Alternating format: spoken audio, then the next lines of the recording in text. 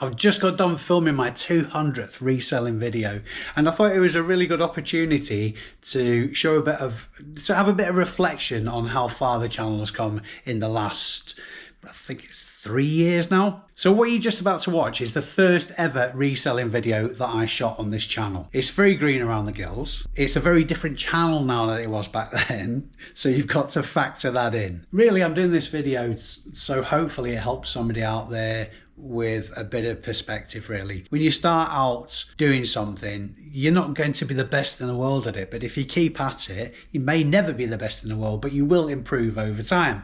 Hopefully that's what I've achieved with this channel. That's obviously subjective and totally up to you guys to decide, but with all the experiences I've had personally over the years, a lot of which you guys will have seen, I'm in a much happier place and I'm much happier with myself generally. But if that's had a knock-on effect to somebody who watches these videos, anybody who watches these videos, then I feel on top of the world because of that. I did have a kind of a speech that I wanted to get across in this video in my head about giving yourself grace and personal development and all that kind of stuff. But I think more importantly, you guys can make your own decisions and draw your own conclusions of the reason that I put this video together. Believe me though, it is with pure intent. I'm a positive guy, and I'll hope that comes across in the videos. And my genuine intention is to help people. So read into this what you will. I hope you enjoy the video.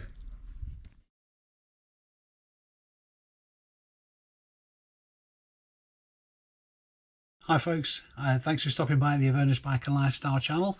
I'm Dave Keeffe. A very warm welcome to all you new visitors to the channel, and also I want to say thank you very much if you've already subscribed. If you haven't, please consider clicking the subscribe button below, and this is what we're all about.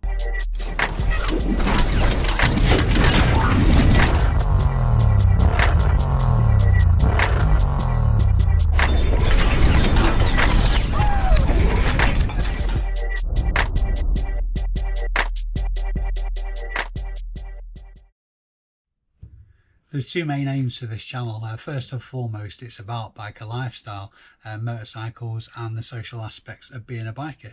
At least my interpretation of that. Obviously everybody's got their own idea, but this is my personal take on it. The second part of this channel is to help people, basically help bikers to generate a secondary income stream or even a main income stream by reselling online. What I mean by that is we take items from one marketplace, whether it be a brick and mortar store, supermarket, auction, etc., and resell it online for a profit. That's how I earn my living. The idea is so you can buy your next bike, pay your mortgage payments, pay your rent payments and whatnot. So this is what it's all about, and that's the mission. They're both equally important to me because obviously that's my livelihood, but first and foremost is a biker helping out bikers. Just so you know where I'm up to from the get-go, I just wanted to give you a quick tour around the lockup that I've hired to run my business from. I've been in here a little over a week now, and I'm just about set up and operational. Before I actually moved into this lockup, I was operating from my back bedroom basically. It was very small, maybe not quite half the size of this. This is only a 100 square foot unit, and it wasn't quite half the size of this, and it was very cramped and awkward to operate from. But even so, for the last couple of years of doing that, it's helped me move on to the next level with very minimal overheads. So this is the setup so far. A bit of a desk and a packing area. Obviously space is a premium, so I'm using shelves for desk and packing materials as well as stock. Just moving around, this is the photo booth that I've set up. Check it, I've got ready to get pictured up, and just some cheap lighting from eBay,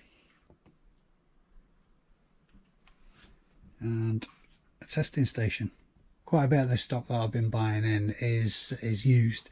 Things that are obviously working have still got a lot of life left in them, and basically things that people want to source cheaper than buying brand new. And that's it, that's the setup I've got so far. Obviously it still needs to be a bit of tweaking as I go along for obviously streamlining things and making sure that the process of how I operate is a lot smoother, but that's the basic setup, and I'm pretty happy with it so far. Just want to give a shout out to my good friend Alex Patterson, who built me this workstation, which is nice and very sturdy, box steel. It's actually made from a motorcycle crate. He's a top bloke. In my intro video, I mentioned that I started this business with £20 at the back end of 2017, but realistically speaking, you can start a business like this that will create a good income for you and a scalable income from nothing at all. What I did was I went around my house looking for items that I didn't need anymore, and I resold them on eBay. And the money that from that sale, I reinvested, bought more stock and scaled it like that. I keep reinvesting the money I made, and I'm now enjoying the freedom, albeit not at the minute because of the coronavirus thing.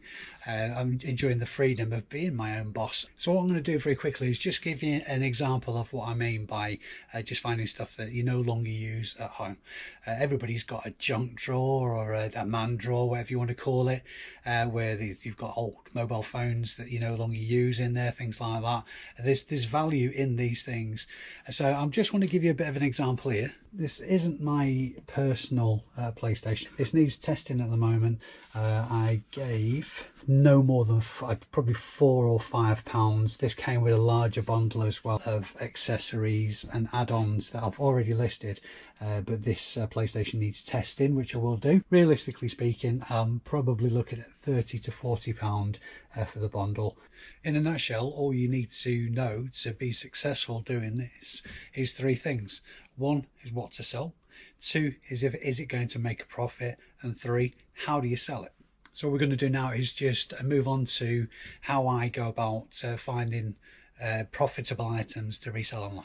It's actually the next day now, and it's actually quite a fortunate thing because the bundle that came with the PlayStation I mentioned, a couple of the items have sold overnight. So I'll just show you those now. The first of those items was a set of PlayStation wired buzzers for it's I suppose a quiz game, and they sold for £9.90 including the postage. Postage on those cost to send those out is £2.95. Royal Mail had just recently put the prices up by 5p, but yeah, £2.95 to ship out. The costs on that, if we round it up to a tenner for argument's sake, so you're looking at £1 for eBay costs, and it's pennies, I think somewhere in the region of 50p for the PayPal fee to process that. So if you consider that it actually didn't cost me hardly anything at all for these extra bits to the PlayStation, you've got a reasonable amount of profit there. The second item was the iToy camera, and this actually had 3 games with it, obviously again for the PlayStation 2. Again, because of the size and weight of it, cost £2.90 to send out, so you're looking at the same kind of return for both of those items, and yeah, that was that. Now, as I mentioned, I deal in used and new stock, and this stock is coming mainly from 3 different locations. For used items, and I'm looking at car boot sales and charity shops.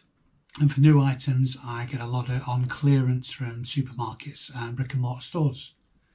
Now, one of the biggest advantages with this business model is you can actually see how much money, or get a good indication of how much money and how much profit you're going to make from an item before you've actually spent any money on it in the first place. So what I'm going to do is give you an example of something that I've picked up brand new from a supermarket on clearance, and show you how I went about finding out if there's any money to be made on it.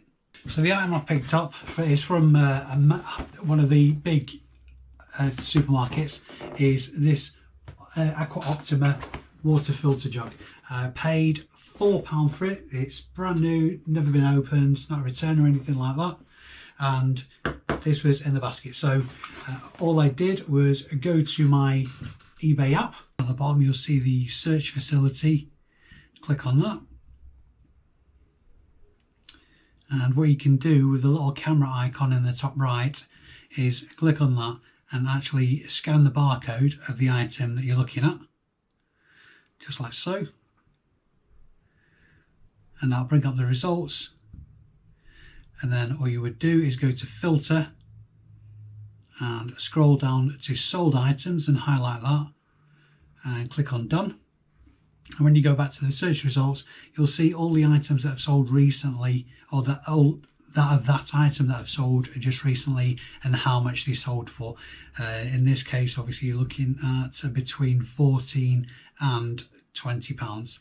So that gives you an idea how you can go into a brick and mortar store or a supermarket to the clearance section and scan a barcode to see if there's any difference in between the clearance price and the price it's selling for online, to see if it's worthwhile buying it before you've actually spent a penny on the item itself. You don't have to use the barcode facility. You can actually just type into the search bar the item itself, find that item in the sold completed listings as I've just showed you, and obviously work it out that way as well.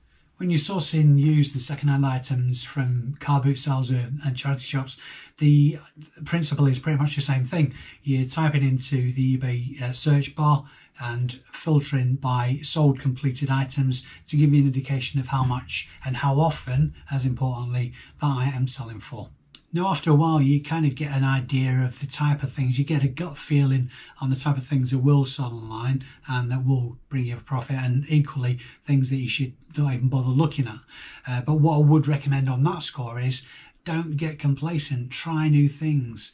It's always as well looking at things. I've learned so much over the last couple of years and found value in things that I wouldn't even have realised. You don't know unless you check it out. So it's a constant learning curve. You could have been doing this for a month. You could have been doing it for 10 years. You need to constantly be learning, and that's part of the process of the job. So I'm going to wrap this video up here. In this video, we've covered the basic idea of how to go about finding out if items have profit in them without actually spending a penny yourself on the item. And in the next video, what we're going to move on to is actually, when you've got those items home, is how to go about listing them on eBay and advertising them for sale. As always, guys, thanks very much indeed for watching. If you found this video useful or interesting, please give it a big thumbs up. It helps with the algorithms for YouTube, and it helps get the message out. Hit the subscribe button and the notification bell so you get a notification of the next time I post a video, and hopefully in the not too distant future this corona thing will all be open and we can get back to getting out on the bikes. Take care of yourselves, and I shall catch you in the next one.